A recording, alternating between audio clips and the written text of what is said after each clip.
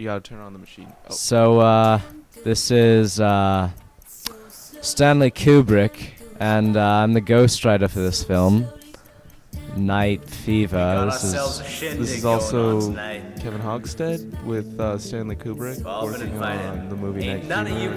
We're watching Final Cut right now. Looks pretty good, I must say. Good job, well done. Ooh. Oh, here we Anyways. go. So, the song that's playing right now, Hung Up. Madonna came in especially Nice for this lady. movie to Nice do. lady. I liked her. She was a Don't none of bitch. you start any I shit hate with it. Malik on My this black God. magic game. What a difficult woman. What a They're difficult dangerous woman. mofos. Well, she has her Don't know what shit's know, gonna and go she's down. got her entourage. And she's fat. What a fat woman. Oh my God. Americans just don't know how to promote an image these days. In any case, here we have the shots of the main characters. Between the characters and the telling of the story.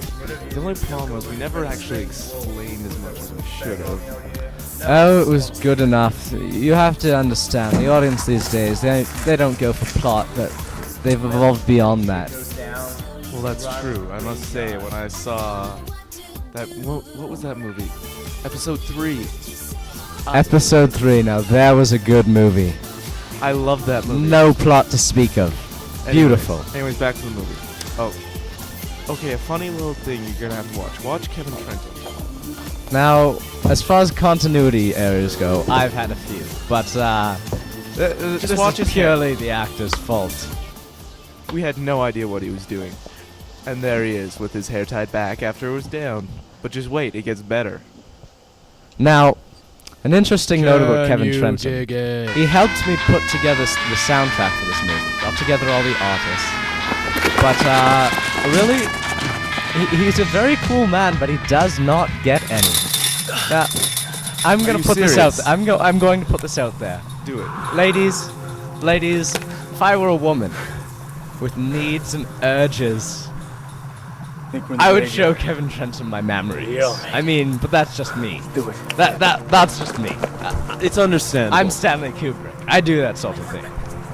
He's a good-looking man. Okay, for this part, we actually didn't mean to actually show any graves.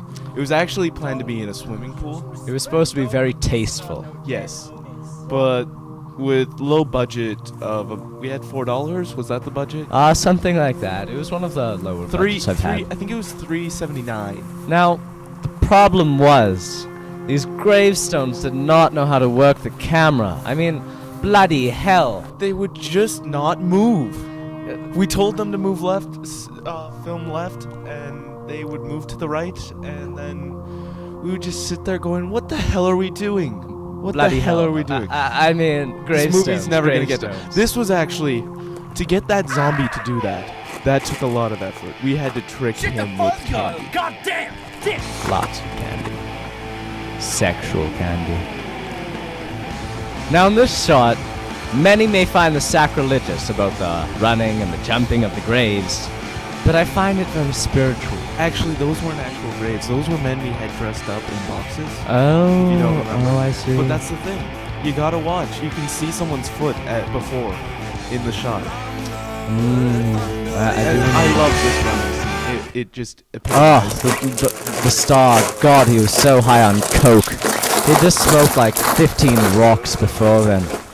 And then his sidekick, the other Hegel, I think his name is. We just dealing with him. What an attitude. Me. When do I get to kick someone's faces? Prima donna right there. Oh my God. Oh, and this is where we meet our first character, the first female, really. Her, what was- The only female, I think, actually. well, her character name is Filthy Ho. Originally, we had it planned for Christopher Walken, I think. Oh yeah, but Christopher had that injury on the set of Bum Night, so he couldn't come in. It's a funny name for a action movie. Oh, it was. Anyways, so I met this girl, you know, in, well, let's just say not the best circumstances, but she was good enough, if you know what I mean. I see. Yeah, so we'll leave it at that. Okay, now, the dialogue in this movie, it was his fault. Oh my god, they didn't know how to do anything. I mean, first he was saying something in a Norwegian accent, and then he started speaking some bloody language that twins teach each other, Esperanto or something. Telepathy? No, it's gibberish. This is gibberish. Okay, anyways. Okay, this is one of the best actors I've worked with. Oh my god, The man. Murray Kowalczyk. He is the Murray. Shout out to Murray. Murray, I clap my hands for you. Anyways, what you don't realize is that there's actually someone in the back of that vehicle with the zombie character played by Gordon. Gordon. Yes, Gordon. I from don't. Baby Love. Yes. Yeah. That we just met him actually. It was really funny. Also, this shot was filmed in speeds in excess of Mach 5, but we had to slow it down so as not to offend younger viewers with blood and... We actually filmed it so a ninja could see it. We filmed it at about 60,000 frames per second. Oh, yeah, that was why. The ninja market, very high these days. Very high. With the asking of ninjas and that such, and the fighting and the killing and the love for the blood. In fact, there was a special edition that we were planning on putting out, especially for ninjas. It actually involved ninjas. The characters were replaced all by ninjas. And there were zombie ninjas. the reason it wasn't released as a general release was, I believe, because It made everyone people's heads explode. died. Yes, it made people's heads explode. That's right, the test audience. You walked in there after the screening, and, And it was God, just covered in brains blood, brains everywhere, skull fragments. It looked like everyone had been curb stomped. It was That quite disturbing. I vomited Quite disturbing. for a day. Now here we have This is a little tricky camera work on my part, I must say. With the whole, his back actually changed. The car was in a completely different position just because we had to move it at one point. good on you. And, I commend well, you, sir. See, the funny thing is though, he had a bike rack before, and he didn't have such a giant pipe on his exhaust. But we digitally added it in the end. So Interesting it note calls here. This is the girl from The Grudge, doubling for Murray. And this is where we caught someone having sex. Yes, that was actually not me having sex with not a hooker.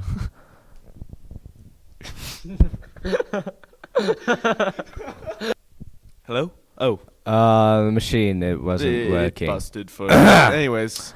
Edit that out in post-production, don't worry. So here was one of the most difficult shots in the movie. What happened was we hired several guest directors, Quentin Tarantino, Wes Craven, Stanley Spielberg, the guy who did Boogie Nights. oh yeah, and Roman Polanski. Yeah. Now, Anyways.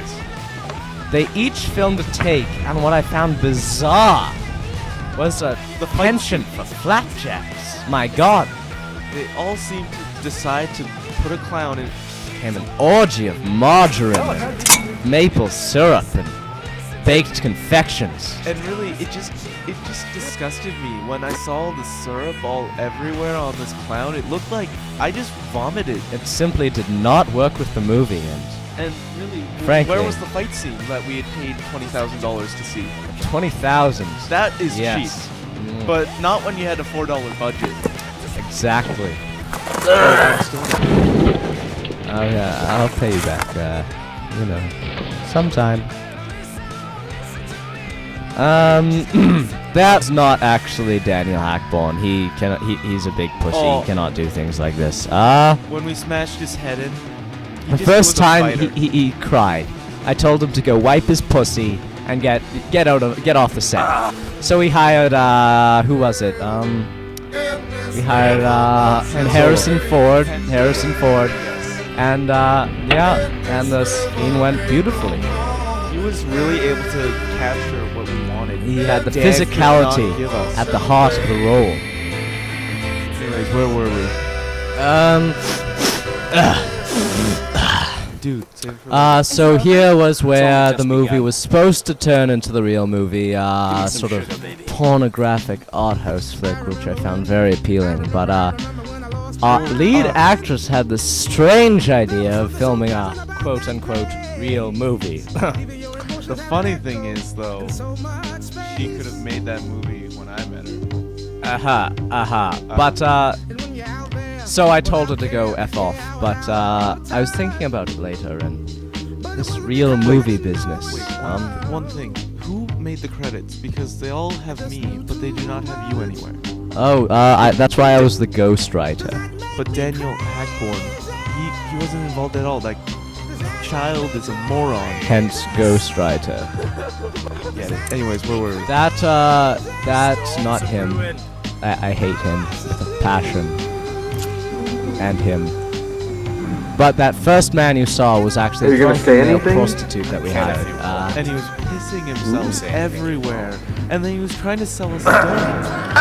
Just smoking weed and cheeseburger picnic. Oh my god! Like what a mess. And then we had to take him home. And you know what happened? He pissed himself again. Everywhere, all over the upholstery. I just got the carpet refinished. Now that is actually me freaking out.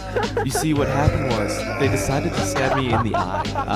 That was with a meat cleaver, I believe. I had stitches because of those guys. This here is one of the aborted stunts. Murray was going somewhere around 50 miles per hour. And our stuntman there almost fell off the bloody car. And the one man didn't even get on the car. Ah, what a gong show. It really was. That ass you see there is actually Keira Knightley. Piece of bitch. You're damn right. Oh, and this is where, just in between shooting, we had to lighten the mood on the set. So we had our drunk male prostitute just make us laugh. Oh, those drunk male prostitutes. They sure know how to pick them. And this is the Thriller dance. We were originally actually going to ask Michael Jackson to be involved.